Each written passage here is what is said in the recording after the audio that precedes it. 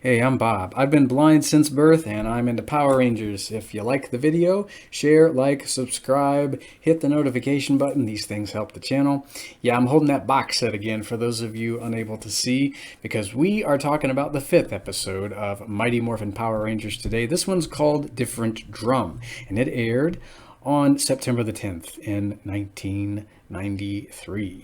In this episode, we see Kimberly teaching a dance class, and Kim has a hearing impaired student in her class. But Kimberly flies in the faces of those support groups and things like that in the 90s that would be like, oh, them their Power Rangers are out to be a bad influence on the kids. So that's not true at all. I like the fact that Kim taught herself sign language, or she took a class so she could learn sign language. She did everything she could to include her hearing impaired student in her class. And that was really cool. And Rita, well, she's up to her new tricks. I don't want to say old tricks because this is only the 5th episode. New to the kids, anyway. And she wants to brainwash the youth of Angel Grove, so she's getting Finster to make her a gnarly gnome monster. And yeah, I wish Hasbro or Super 7 would make that. It's time for me to say that. Yeah, gnarly gnome would be a fun action figure. You'd have him include his accordion that he would play in order to brainwash the kiddos. And he'd come with his little garden rake that he fought with. I tend to think he went to Springfield and stole a rake from wherever they jump out and attack Sideshow Bob from. Yeah, I mean, they're always out to get poor Bob, those rakes. Yeah, a little Simpsons reference there for those of you guys who enjoy the show as much as I do. There you go. So in the dance class, Kimberly and the other students, Melissa and everyone else, they're dancing along, and Kimberly forgets to sign a few dance moves, and Melissa almost runs into a girl as a result. And I don't know, this girl must be having a bad day or something, because she just jumps all over Melissa. She's like, what's your problem? I was trying to dance. You just almost run right into me. What's your deal? What's going on with you? And, Melissa just kind of, she's crestfallen. After the dance class is over, I guess I picture her off by herself. And she's beating herself up, I think. And Kimberly comes over. And Kimberly empathizes. And she says, hey, you don't need to do this to yourself. I forgot to sign the dance moves. And I know you think that you're different. And you think the others don't get you sometimes, she said, but that's not always true. And she lets her know, hey, everybody makes mistakes. And I think that was an interesting moment, because there are a lot of disabled folks who watched that show back in the 90s, and some of us, we might run smack dab into somebody down one of the hallways, and we get yelled at or whatever, and it's just something that we would tend to dog ourselves down about for the rest of the day. Or we're in the cafeteria, we might drop a tray or spill something, and I was one of those folks that would just beat myself up about stuff like that for, I don't know, the rest of the day, the rest of the week. So it was cool to see someone like Kimberly feel empathy. It's different from, feeling sorry for somebody and taking pity. Kimberly didn't be like, oh, that's okay, let me dance for you. Let me do the dance for you. Let me just like grab your arms and grab your legs and dance for you. She didn't do it for her. No, she empathized, and that's okay. I think the Rangers usually do excel at showing empathy and having heart. And Kimberly showed quite a bit of that in this episode.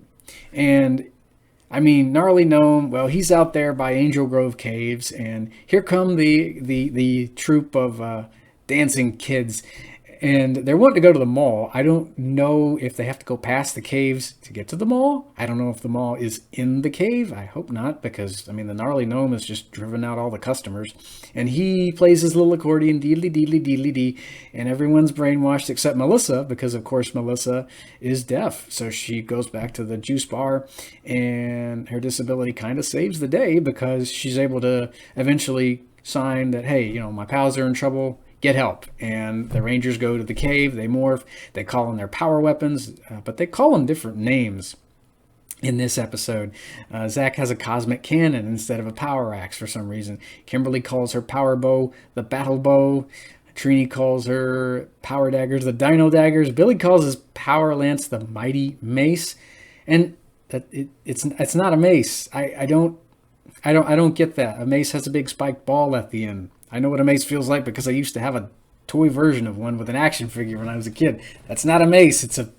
His lance looks like a big fork. He could have called it the Fantastic Fork. Ooh, no. That they might have gotten sued by Marvel if they did that. That sounds a little too much like, the Fantastic Four. But yeah, he didn't call it that. And the Power Blaster was formed. The monster was blasted. And, blasted, Rita wasn't done, though. She made Gnarly Gnome grow. They summoned the Megazord. And he played this trippy ditty on the accordion, and they apparently saw the gnome as this big building, so I guess they were not sure whether or not they should hit it, from what I was reading on the wiki article anyway. And, they do break the accordion, then they finish him off with the power sword slash, and the day is won. And I thought it was a really interesting episode. And what a bold thing for the writers to do in the 90s, because you'd see a lot of these other disabled characters in certain TV shows. They would just make them, really clueless, really unaware of their surroundings, kind of plaintive, Like if you saw a blind person in certain TV shows, they would just be like, oh, I don't know where I am outside. What's this hard thing under my feet that I'm walking on?